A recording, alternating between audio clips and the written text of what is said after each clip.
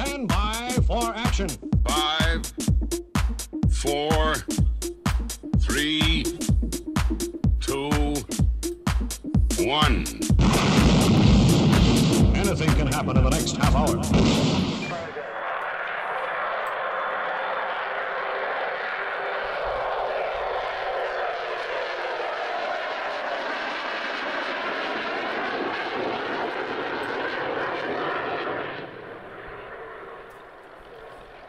Starting at about 160 knots, 184 miles an hour, and accelerating up to 300 knots.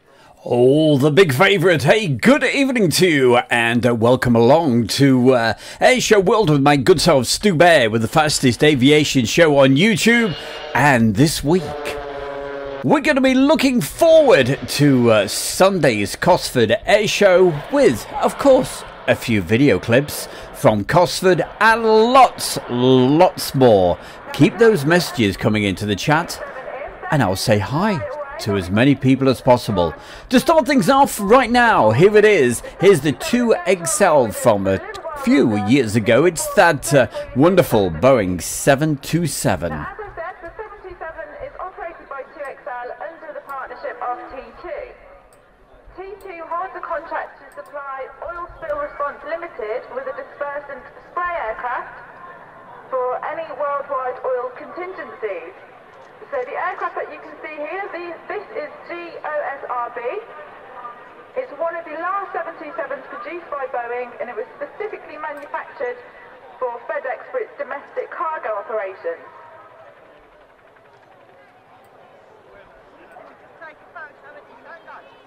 Now, Oil Spill Response is a company that is set up, and the major shareholders of the company are oil companies such as BP. And the role of the 70 Blades are holding crowd ring. provide a Blades carrier. Something manoeuvring 1 mile west of you, 1,000 above. that you can see is going to be modified. It was chosen for its range, dash speed and stability. Plus it has 3 engines, so it provides quite a lot of redundancy, just in case one of those aircraft engines goes down during flight. Now, the concept of delivery is that this aircraft will fly at very low level over the sea where there's been an oil slick, and it will spray the oil slick with approximately 17 tons of fluid in a suitable pattern to actually break the oil down and disperse it so as not to cause as little environmental hazard as possible.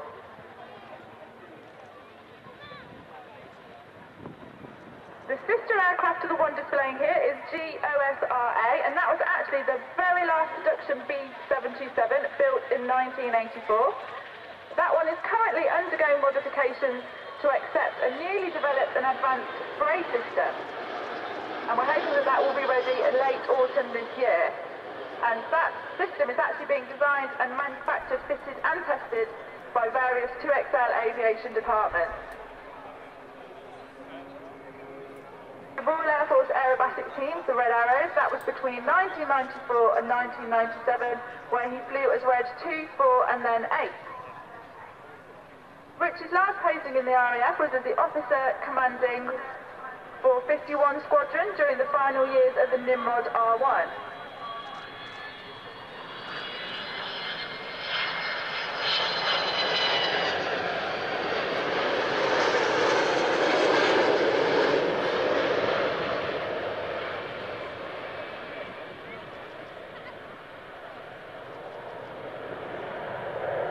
Also on board today we have Flight Engineer Mike Goodliffe.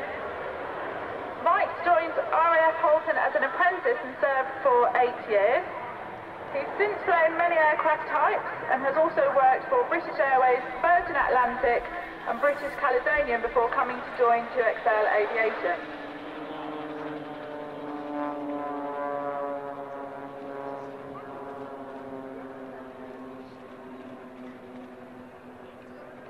Now the 727 is going to bend its way back down towards us, so if you're down there at the front of the crowd line, make sure you've got your camera ready.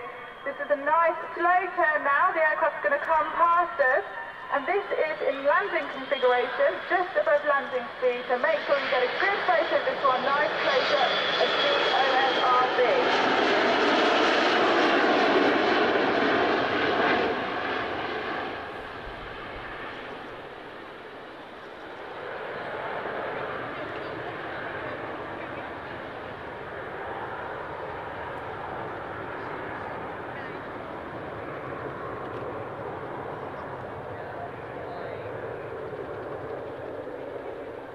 happening in the cockpit as the pilots perform all of their manoeuvres. Now, all of the blades are former Red Arrows pilots.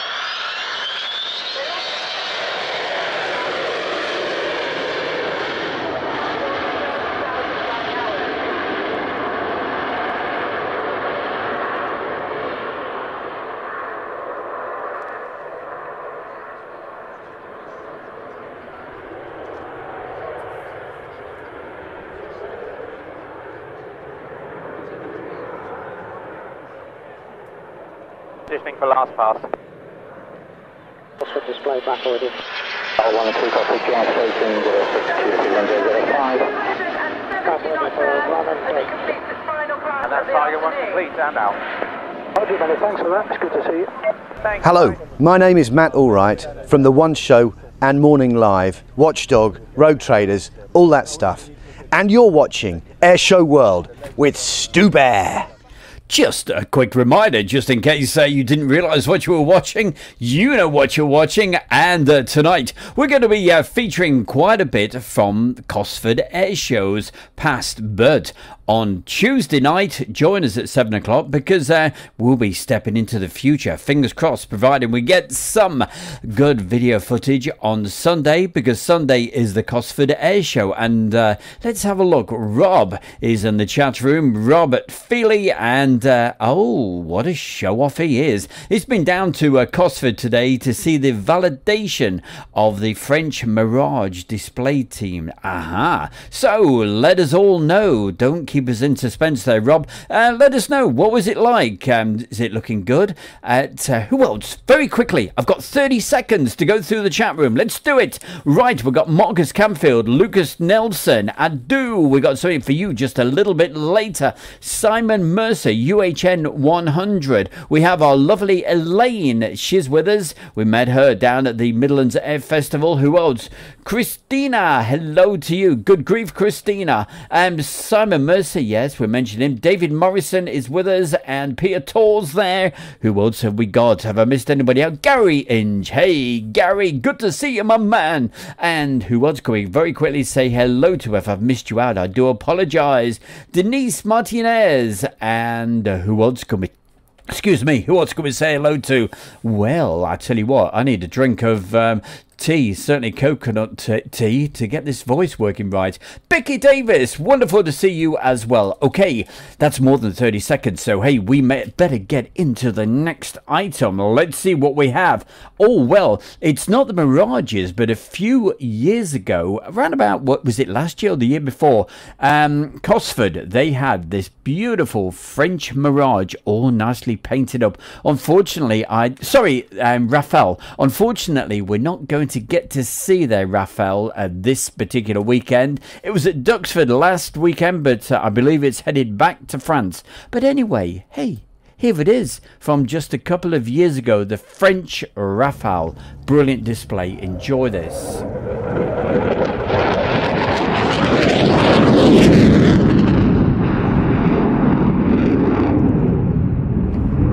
And we have Bradley saying, hey, Stu Bear. Hey, Bradley, good to see you.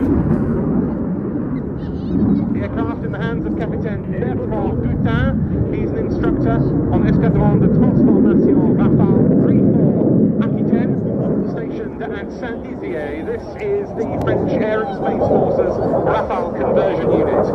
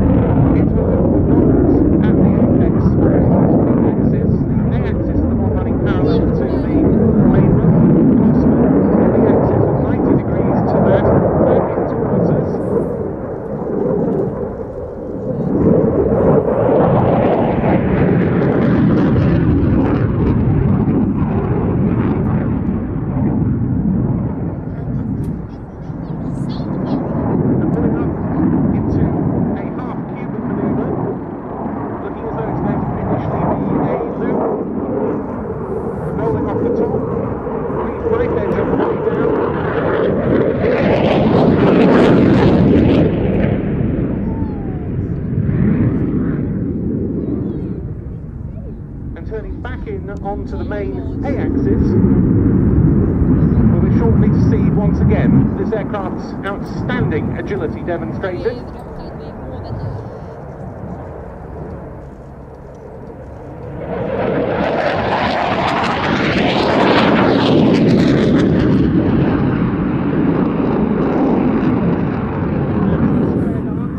Well, David Morrison, thanks for that message. Yes, I will be at Royal International Air Tattoo this year, and that is all thanks to our good friend UHN 100.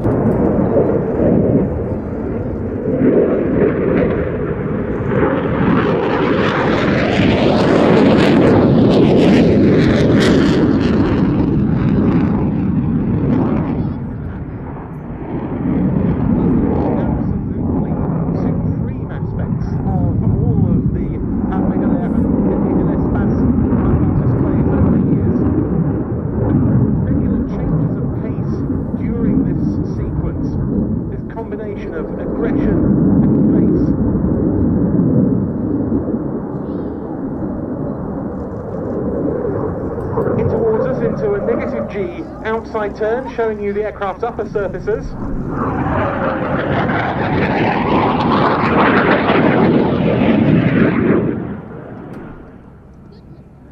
Showing you all the angles of this single-seat Rafale C model.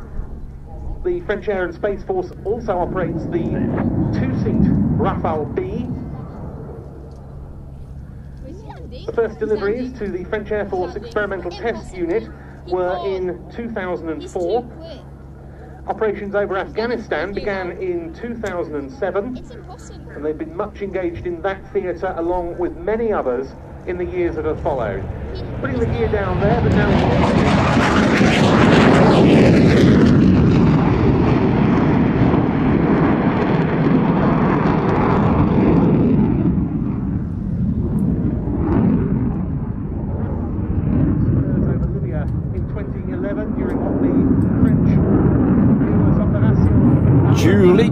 Julie. Hey, we've got Julie Rotherham in the chat room. Hi, Julie. Always brilliant to see you. Thanks for joining us.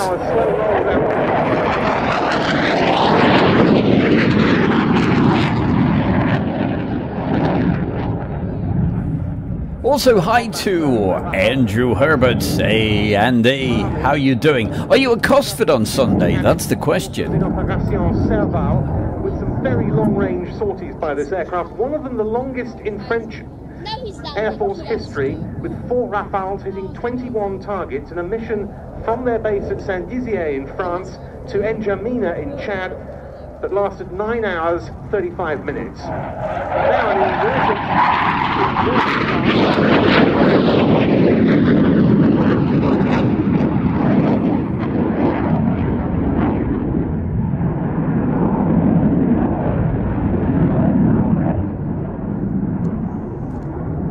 Rafales have flown on operations in the Central African Republic and against the so-called Islamic State in Iraq as part of Operation Chamal alongside the Rafale M's of the French Naval Air Arm.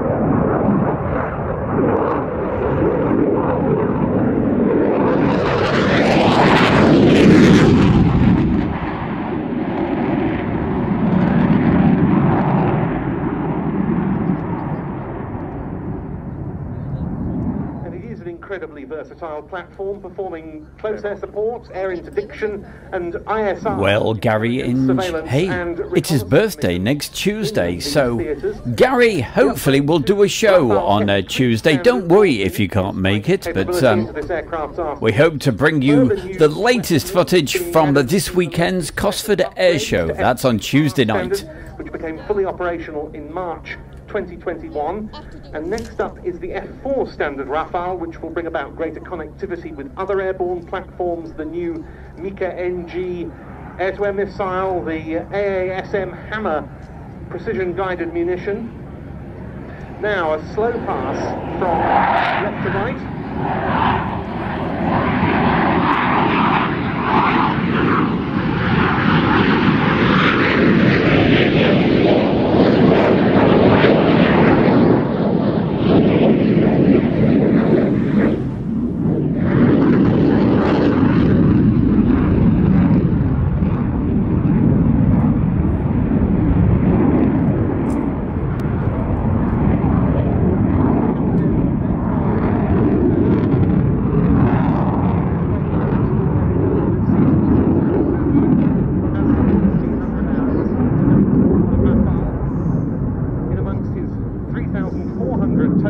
qualifying hours. He flew the Mirage F1 CR reconnaissance aircraft. He was an instructor on the Socata Epsilon primary trainer, during which time he was on the French Air Force Cartouche Doré aerobatic team. Now a fast pass with a very good photo opportunity, showing you the top side.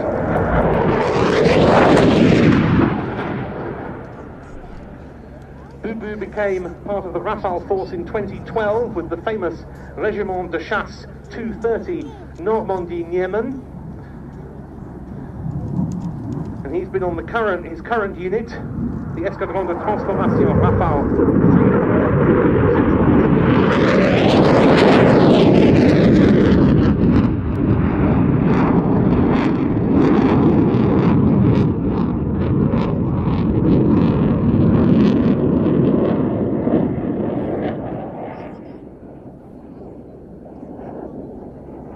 And the cloud base today permitting the full high show, so we get to see the square loop here.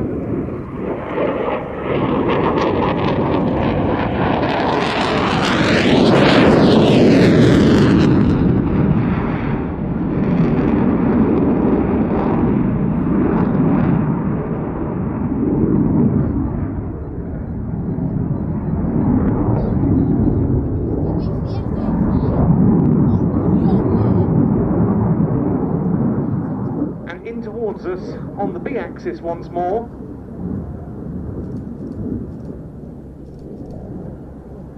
With double rolls into a derry turn, rolling one direction, turning the other.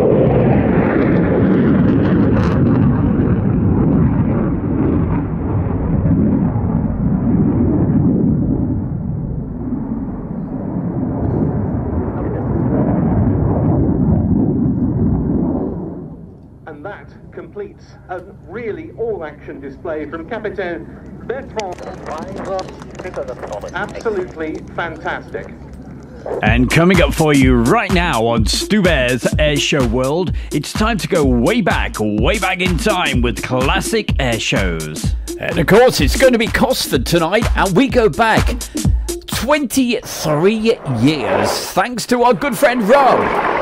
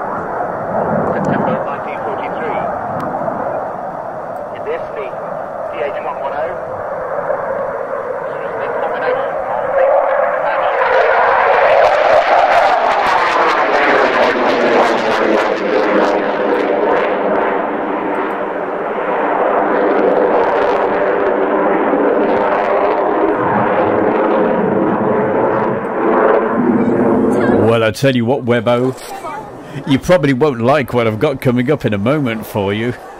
Stay tuned, you've got to see this. It was the first radar and missile armed all-weather fighter in the Royal Navy, dispensed with gun armor.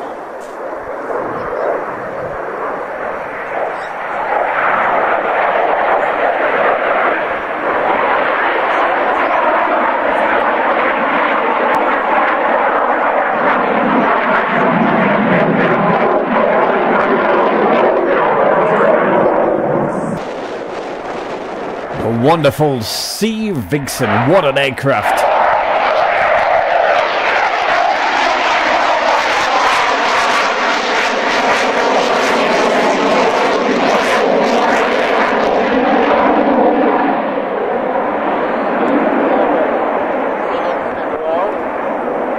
Unpressurized lower section of it, what's going to be the longest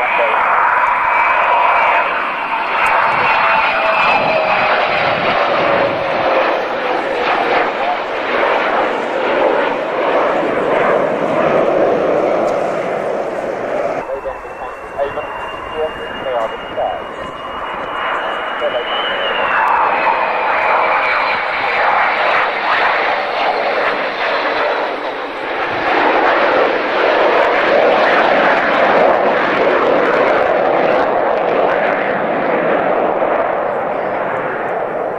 And I know some of you, after watching Tuesday night's Midlands Air Show special that I did, found some great comments all about the commentator.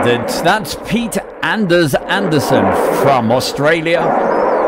And I've sent on all your good wishes to him. And he was absolutely made up. That's me. How you doing? This is your royal ruler, Tony Prince, and hi there. I'm at United DJs Radio, and you're watching the Air Show World with Stu Bear. Come fly with me sometime right here. United DJs. Well, Mark, keep on watching because we've got something special coming up for you very, very, very soon. You're going to love it. Robert, there we go. Robert Feely, he filmed those particular clips that we just showed, and that's from the Classic Air Show World Archives. Well, I don't know if you were watching on Tuesday night when we did the Midlands Air Show special, but we mentioned a certain lady by the name of Elaine, and for the next 4 weeks, if we get any donations or anything like that in the chat room or via the PayPal, I'm going to send that across to help this lady get another. Well, she uses her phone to get absolutely stunning images, so if I can help her in any way, I certainly will. So if there's any donations via the PayPal or in the chat, I will do that for her, because what an eye for photography that lady has. And hey, we'll hear more about her in the future episodes. But you're watching right now, of course, it's Air Show World, as Tony Prince rightly said, and we've got something absolutely stunning coming up for you right now. Just watch very closely this next display. It's from my favorite place I absolutely love. It's called, well, it's at Old Warden, and it's part of the Shuttleworth collection, this aircraft, owned by them now. And just watch how low this aircraft flew just a few weeks ago.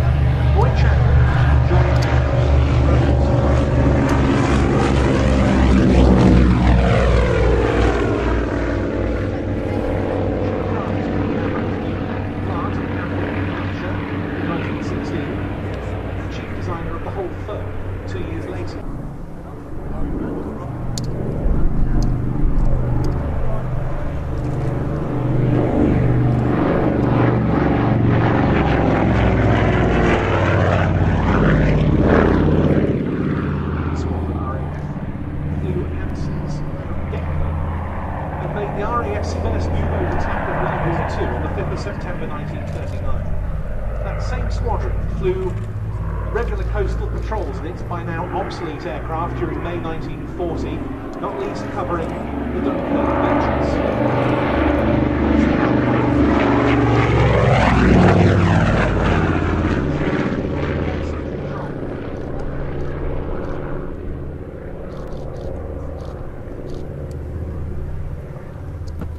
Oh, look at all those hearts going up the screen. Thank you. Keep them going. Don't forget to give it a like.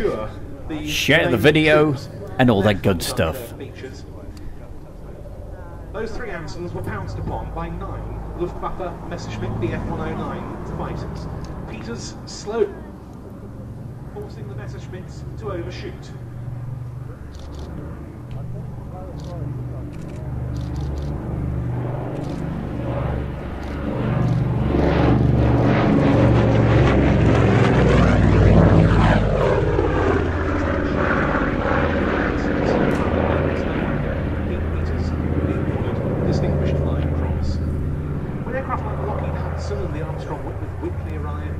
Soon obsolete on the front line. Many of them were used as ferry aircraft by the air transport artillery. Far more they were used as trainers,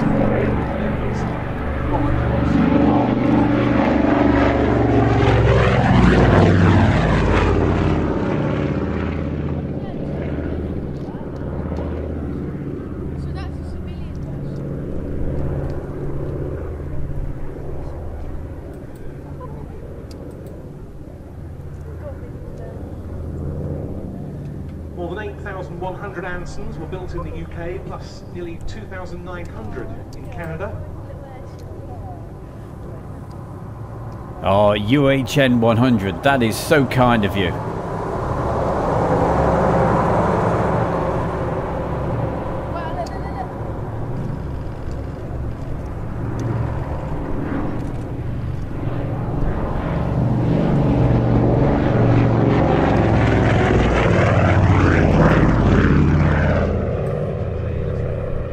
Can you see that? Our good friend Andy has sent a PayPal donation across for Elaine's camera. Absolutely made up. You wonderful guy. Massive supporter of Airshow World. And it's thanks to Andy that I'm actually going to be at the Royal International Air Tattoo this year. So, massive supporter. You are wonderful.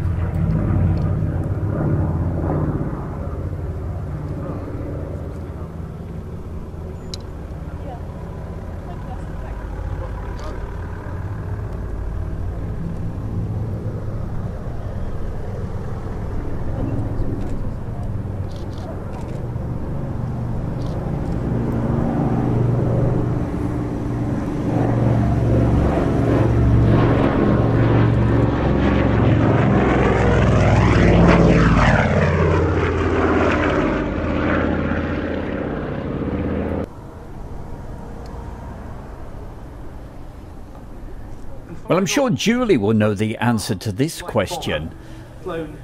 I was told by the guys from the Mono display team that they've got a huge air show coming up. Around about 300 aircraft. So, hey, Julie, what do you know about that?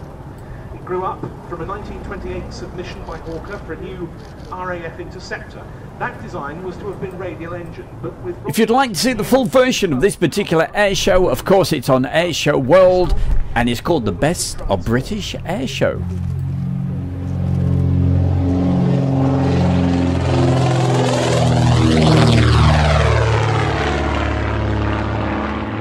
Well, we've got to feature my favourite aircraft, haven't we?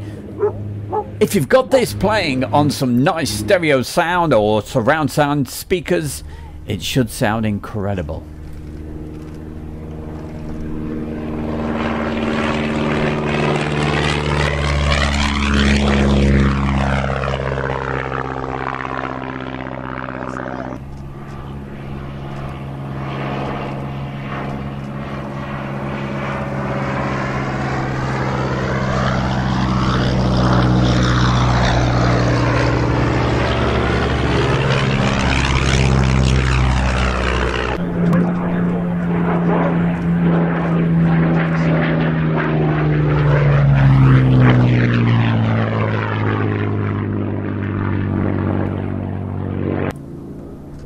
Well, Julie, you're going to have to get yourself down to Old Warden to see it for real.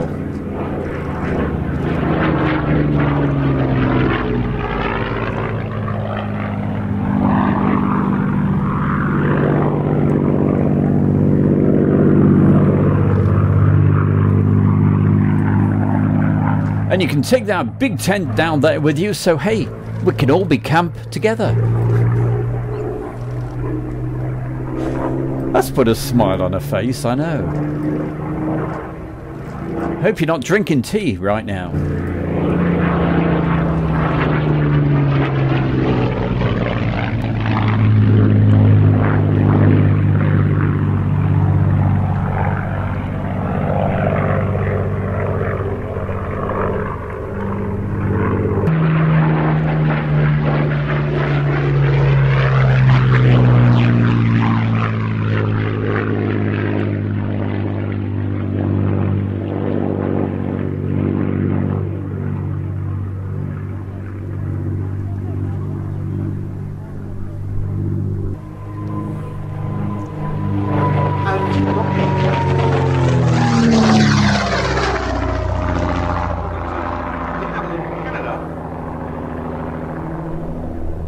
Meeting a post-war need for a Tiger Moth replacement.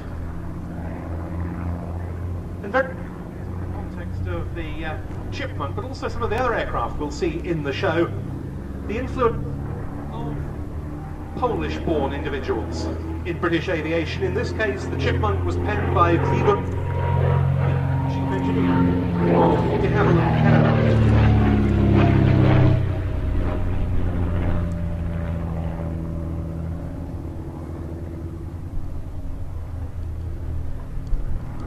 But here, 90 years old this year, the DH-88 Comet. An aircraft conceived especially for 1934's McRobertson International Air Race between the then newly opened RAF Mildenhall and Melbourne, Australia, to celebrate both the centenaries of the city of Melbourne and the state of Victoria. Well, Rob, thanks for that. I'll have to get in touch with the guys.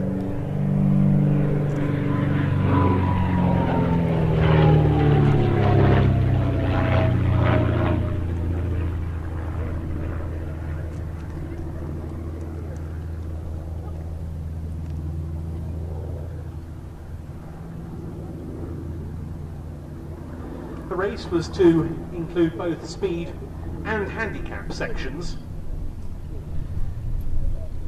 Geoffrey de Havilland felt Britain had to do something, and that his company, despite being very busy in 1934 with other new products, was best placed to take advantage.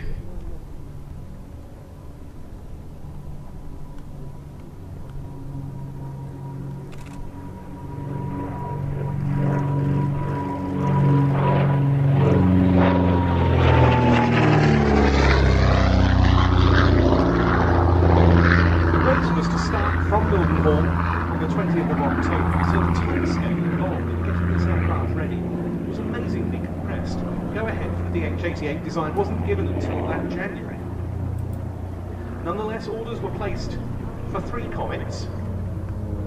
One from James and Amy Mollison, the latter of whom was the former and indeed future Amy Johnson.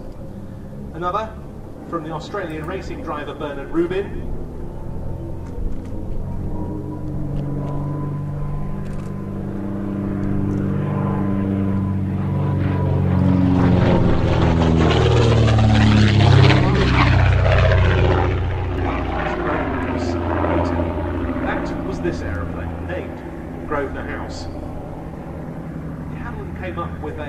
Bespoke design.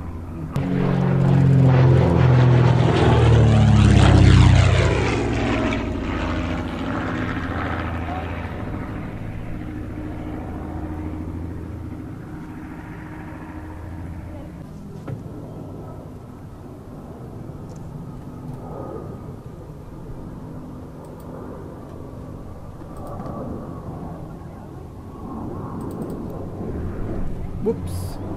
Sorry about that.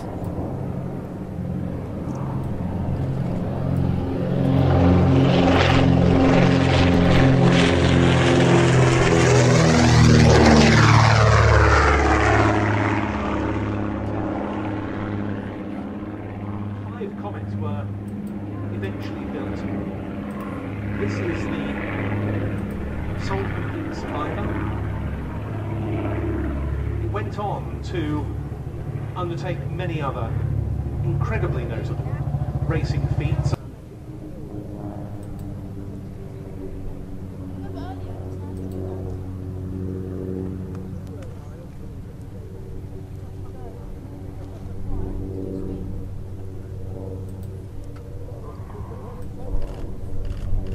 What a fabulous aircraft. Incredible sound. It just looks right, doesn't it? And safely back on the ground in the hands of Tom. As you heard, it's the DH-88 Comet. Well, as this taxied by, our little pup that we have now called Jasmine, she didn't even blink an eyelid. She was fast asleep right next to me. And if you'd like to see Jasmine, there's a link in the chat room to the Travelling Bear with Stu Bear. Please help us on our travels. It's called the Travelling Bear. Check it out.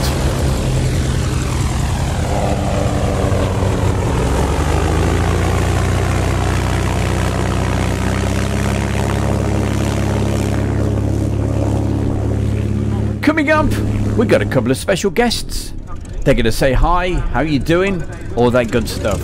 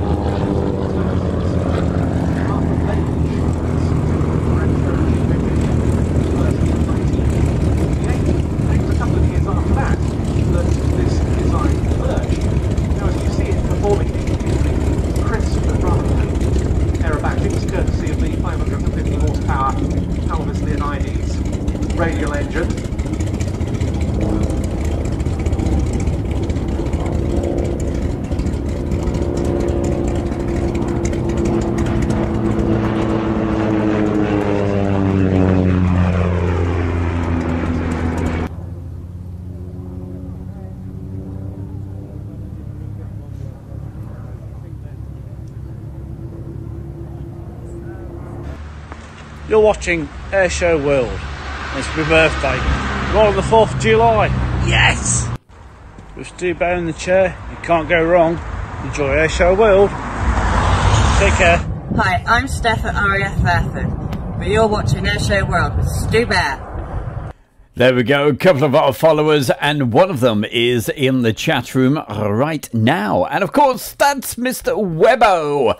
And I know it's not his birthday yet, about another 4 weeks to go, but there you go, Webbo. I'm sure you enjoyed that. And if you would like to be on the show one evening, one Friday night, all you got to do, just send me a little video like that.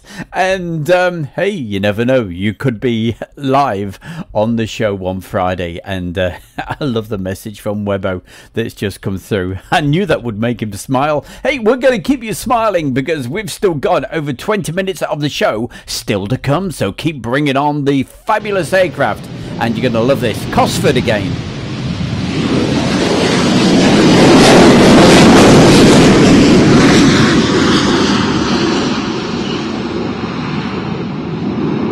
And this was filmed towards the end of the show, several years ago. Made a great effect, like you just saw with the Harrier taking off in the wet, and you'll see it again as we got absolutely soaked. I was with a good friend of mine, that's Adrian from Airshow Vision. Please don't let it rain on Sunday.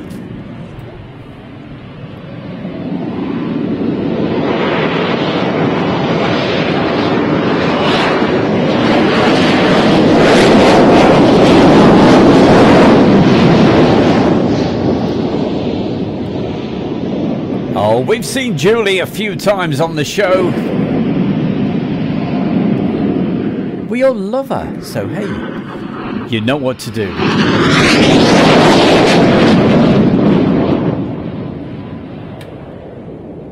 And the difference that the lady did when she took off.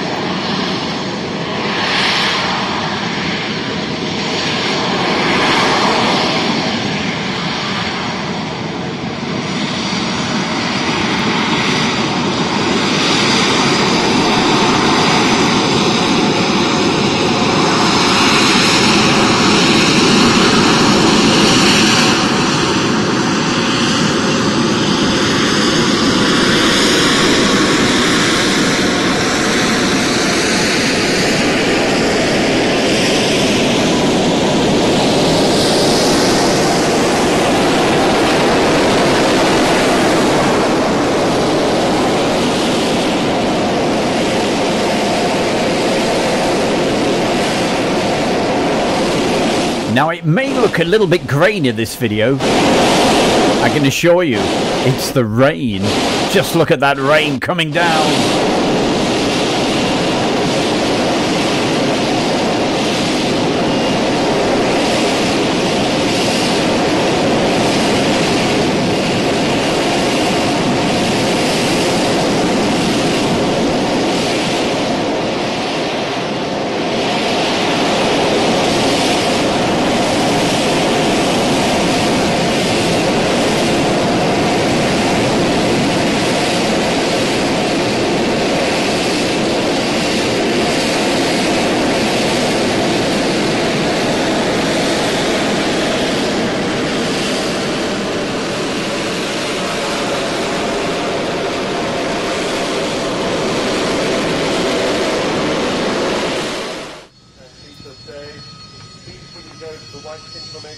I will never forget filming that.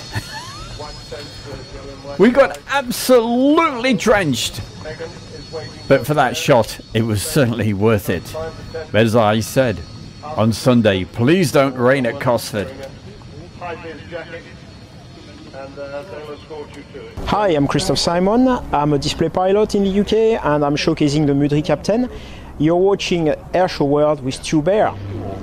And here he is, the man himself, Christoph Simon. Last year at Cosford Air Show, he won one of the top awards for this very display. And he'll be back again, so we'll be seeing Christoph flying this wonderful Cap 10 aircraft on Sunday.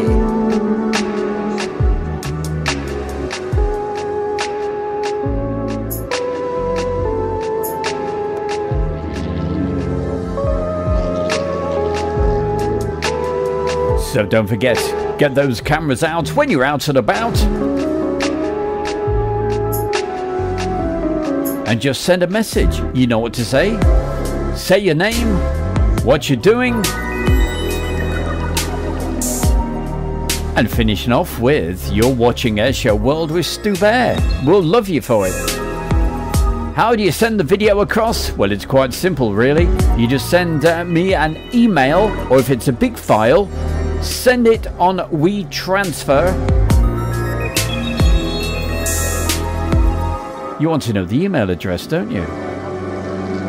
It's easy enough to get in touch with Stu Bear. It is Stu, S-T-U, at airshowworld.com.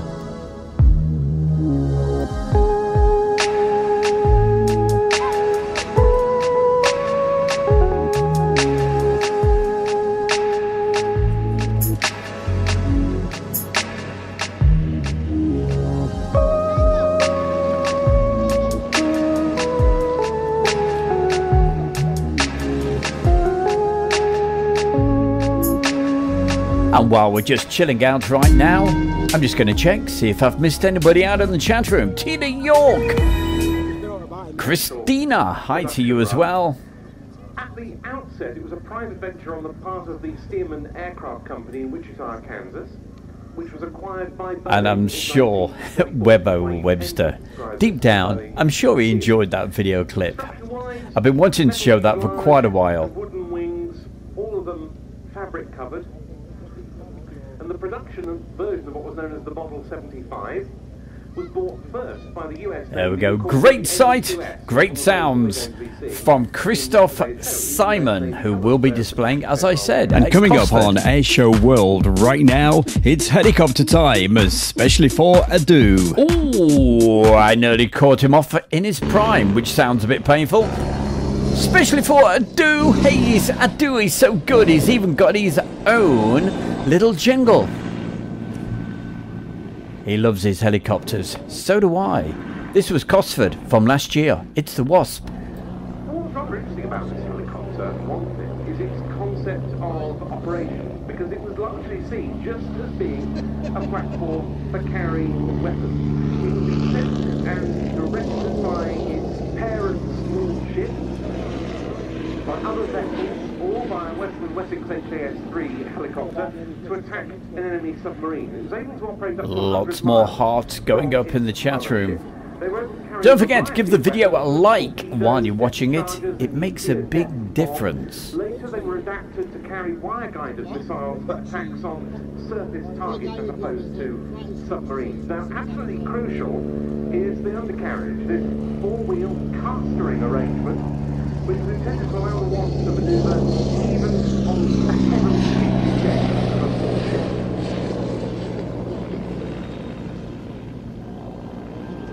Now, those things can be locked in position if required, though the Wasp always has to hover taxi. You never see a Wasp taxiing along the ground despite this wheel undercarriage.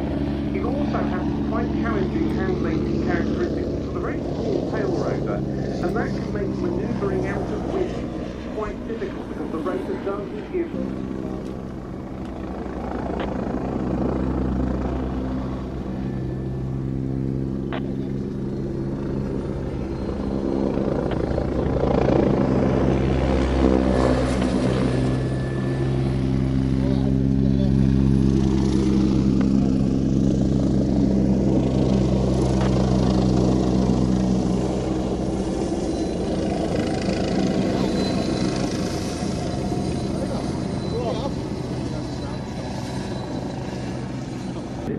naval casualty of the conflict in the South Atlantic 31 or 41, I should say, my apologies, years ago.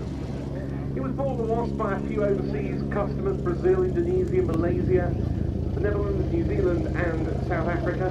Relatively small production one, run 133 in all, 96 of them in total served with the Royal Navy, which retired the type in 1988 when the last of the Navy's Type 12 frigates was decommissioned. Indonesia and New Zealand kept flying them until 1998. Malaysia, well, its Wasp soldiered on into the first year of the 21st century.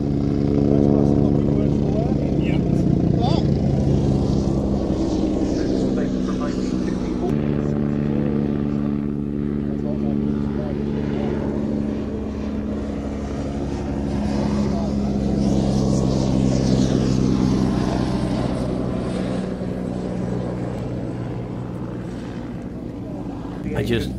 I just love the sound that the Wasp makes. And as I say, a variety of aircraft that are provided on an as-and-when basis by private owners, including Reliance, amongst others.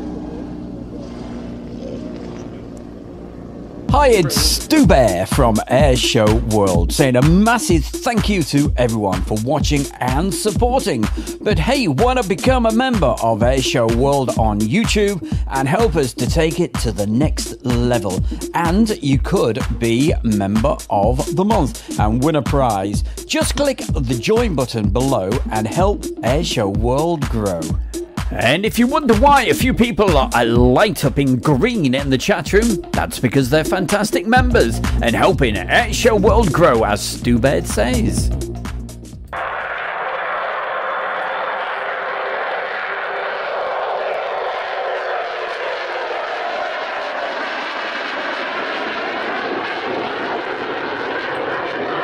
And this is what we started tonight's show off at the very, very beginning. Here it is, the full display. It's the Vulcan at Cosford. 300 knots.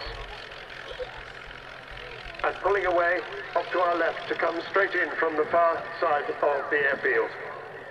And the noise there coming from 4 Rolls-Royce Bristol Olympus engines, 202 engines. 16,500 pounds of static thrust each, total of about 65,000. The same engine, a later model, was the engine that powered Concorde. Of course, the Concorde ones had reheats. This was not a supersonic aeroplane, the Vulcan, but if you look at the shape, and if you extend that shape by about 1 3/4, you do actually get recognisably Concorde. The shape that was to become Vulcan, first drawn on a scrappy piece of paper in 1946 by the man who designed the fantastic Lancaster, Roy Chadwick.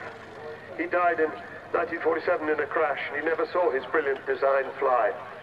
Nor did he see it become the first successful operational delta wing aircraft in the world, rather like R.J. Mitchell not seeing his Spitfire into RAF service. So watch now as Bill Ramsey takes the aircraft into a spiral climb.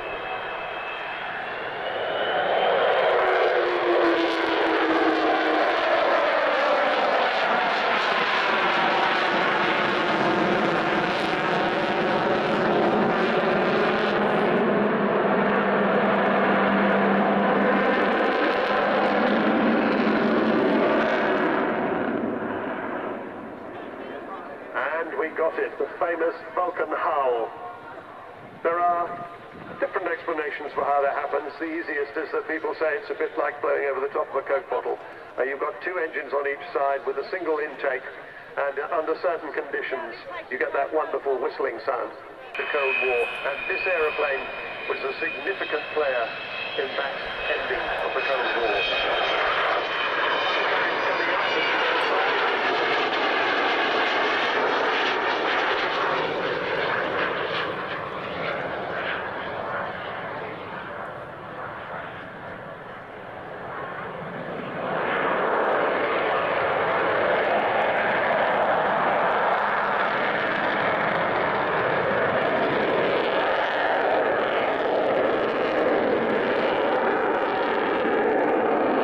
What an aircraft. Lucas Nelson's in the chat room. He certainly enjoys Royal International Air Tattoo. Kept on after Vulcans virtually went out of service as part of the Vulcan display flight, because then, as now, everybody loved her so much they wanted her to keep on flying. Also, Piotr asked the question. Unfortunately, I haven't been able to release that video that you sent across. There's something wrong with the sound. It was all very, very strange. They carried 21 1,000-pound bombs. So Jonathan Lazari, the AEO, is opening the bomb bay as she goes by. And that, of course, is the heart of the bomber.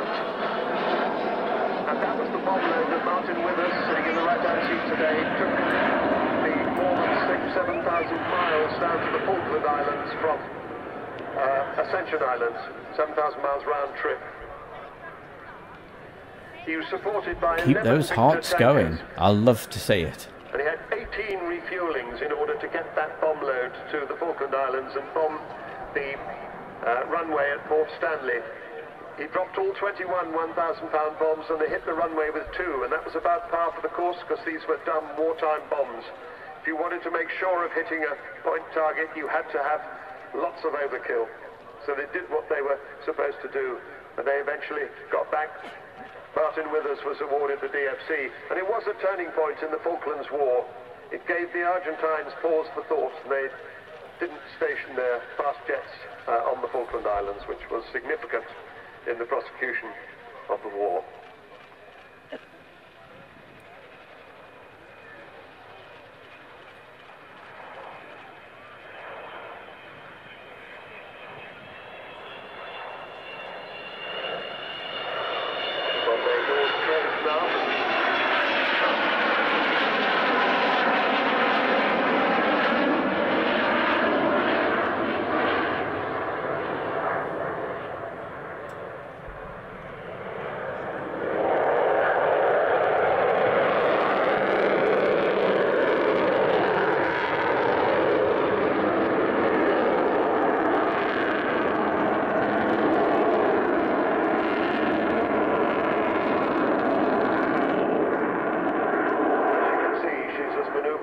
Last pass. After she left the Vulcan's inbound for the last pass. Okay, roger. See, she can whisper by when she's not making lots of noise. Display port order 64 with it. 64, good afternoon. Runway 06 in use, 105. Roger, we're turning in at the lake. It takes about 30 seconds to get back on the lake, and then 1.5 minutes to get in. And Vulcan, that's now display complete, and we're turning on a 070. We'll continue with Shoreby approach. Timing. Split-second timing. Heart rate gets faster.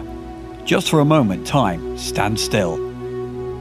Top pilots use split-second timing, pulling G-forces with precision and perfect timing. That's why the world's best display pilots put their trust in Swiss precision timing with avionic watches, and you can be part of this world with perfect timing. Airshow World are proud to offer you 20% off ladies' or gentlemen's avionic watches. This offer is exclusive to Airshow World. Click the link or see the website at Avionic Watches and use the code of Airshow World. Remember, timing is everything with Avionic Watches. Oh, what a fantastic special offer.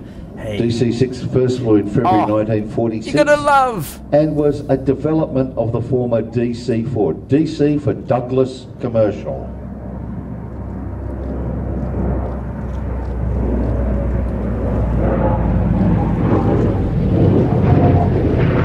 The DC-6 was developed from the DC-4, a similar configuration but considerably larger and more powerful. Operated throughout Europe, China, Burma, India, and specifically in the Pacific Theatre. Here's a quick snippet from Tuesday night's live special that we did. The aviation element. The US Navy had their aircraft as well. The US Air Force was not formed until 1947. Prior to that was known as the US Army Air Corps or the US Army Air Force. Powered by 4 2,500 horsepower Pratt & Whitney radials, 18 cylinders each in 2 rows. The B-25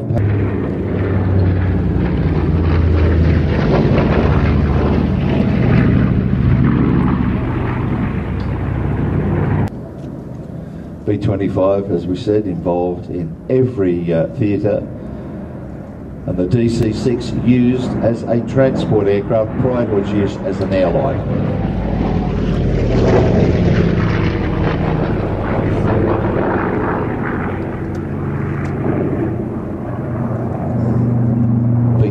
The bomb aimer nose here, specifically for low-level operations. They were also converted into a strafing aircraft, and that commenced with a guy called Pappy Gunn. That was major. Then 2 packs of 250 calibers on either side of the fuselage and 2 in the top turret that could be used to fire forward.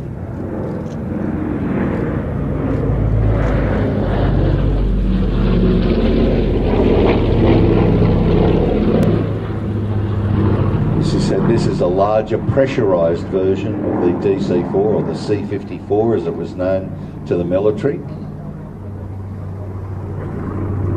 Was later modified for civil airline operation and introduced by American Airlines and United Airlines on the same day as an airliner in November 1947.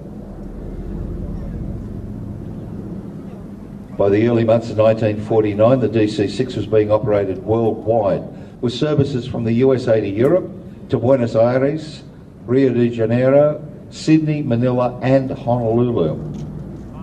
They developed cargo versions with slight plugs in the fuselage to lengthen it, different door configurations,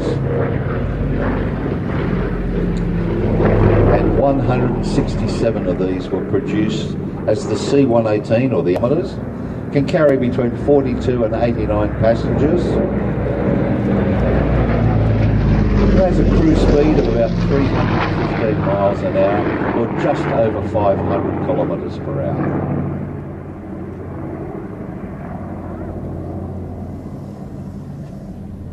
This particular aircraft was delivered to the Yugoslavian airline JAT, operated across Africa until it was abandoned at Lusaka Airport. It was sold to Chris Schutt, and he operated an airline business from Windhoek in Namibia. He also purchased its sister aircraft, and both of them had consecutive construction numbers as the last 2 DC-6s that were manufactured. In March 2000, it was purchased by Siggy Angara, and he was then the former chief pilot for Flying Bulls. Flown to Salzburg and restored over 3 years. So look at that, ladies and gentlemen. This is not how you see an airliner being flown, but this is being beautifully flown and controlled today, and it was in the capable hands of Raymond Reedman. With the voice of the Midlands Air Festival, the one and only Peter Anderson. And as I said earlier, I've sent on all the messages that some of you have been sending, saying how much you enjoy his commentary.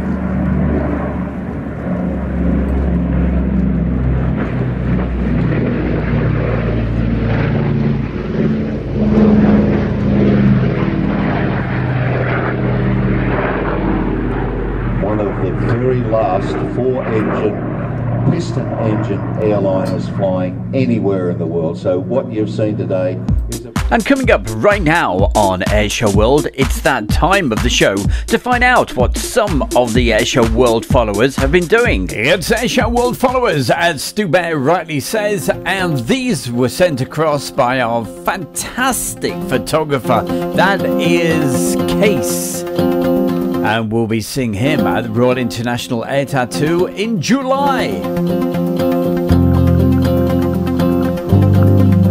Send a special mention to Jeff this evening. Nice to see you. Many thanks to UHN 100 for that lovely, absolutely brilliant donation. Don't forget, any donations that we get, either going by the PayPal or in the chat, for the next 4 weeks, I'm going to put it on one side and send it to a super lady so that she can take incredible photographs. She takes wonderful photographs as it is. I'm trying to twist her arm and get her to be part of the team. You never know.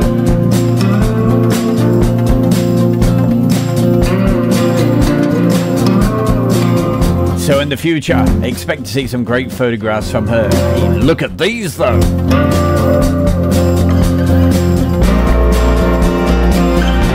Viper. Sadly, we're not going to see the Belgium F-16 display this year.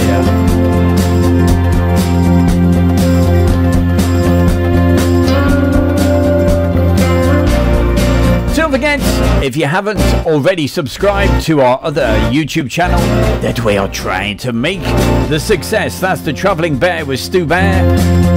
We're going to tell you all about it in 2 seconds. Link is going into the chat room. Talking in the chat room, you've got just a couple of minutes left before the bear has to leave you.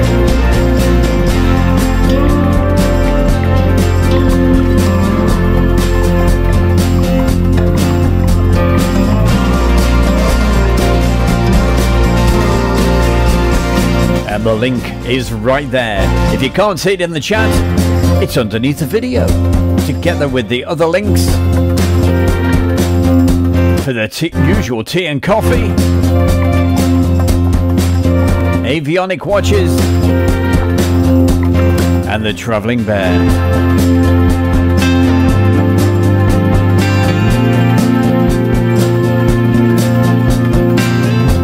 All of these were from the Royal International Air Tattoo from last year. That shot is incredible. I love it.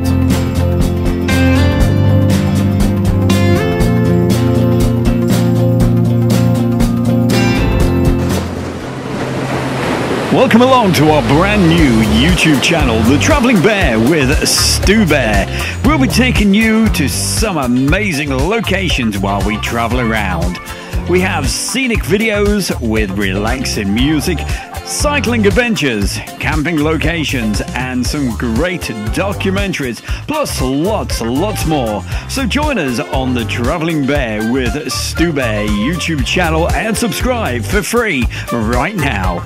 And we were telling you about Jasmine earlier on in the programme, and there she is. Hi, it's Stu Bear from Airshow World, and I'm very proud to announce our sponsor, the Kent and Sussex Tea and Coffee Company. And for viewers of Airshow World, you can get 15% off from the world's best tea and coffee company. Plus, you'll be helping Airshow World grow. Just use the code AIRSHOW. That's the Kent and Sussex Tea and Coffee Company. Goodness gracious, that 60 minutes, will make that 65, because hey, I threw a couple of extra items in for you because it's Friday night, it's the weekend, makes you feel good, and hopefully will make you feel good on Tuesday night. I will try to get a show put together for 7 o'clock on Tuesday with highlights from Cosford Air Show. That's where we're going to be this weekend. So hey, keep on watching, keep on supporting, keep drinking the tea. tea, especially check out the coconut tea. You know how to find it right now because we've told you all about it. You've got around about 30 seconds to get your last message into the chat room. Thanks very much there, Gary Enge. Stu, she is lovely. She certainly is. She is the perfect doggy you could ever wish for. And if you want to see more of her, hey, of course, you've got to be on The Travelling Bear with Stu Bear. Andrew Herbert, always good to see you, my man. Gary Enge, UHN 100. As I said, thank you for that donation. That is really appreciated. Piotr, he says, Green Arrows. Yes, they were the Hawks from, oh goodness, and the Saudi Hawks. It's all right, came to me in the end. I knew it would. Okay, Piotr, very fantastic show. Hey, we love you too. All right. Also, a big mention to anybody that's watching this back on the replays, because I know you wonderful people watch it live, but a lot of people watch the replay after the show. So, hey, if you're watching this, a very, very good evening, good morning, good afternoon to you, wherever you are in the world. We love you all to bits. We will see you very, very soon. Keep on supporting and enjoying everything we do right here. Oh, don't forget the Facebook page as well. 165,000 followers now between all of the YouTube and the Facebooks. On the social media, we have now 250,000 followers. Is that incredible? So thanks to you guys. Keep on watching. We will see you very, very soon. Thank you, Anna. Big good night.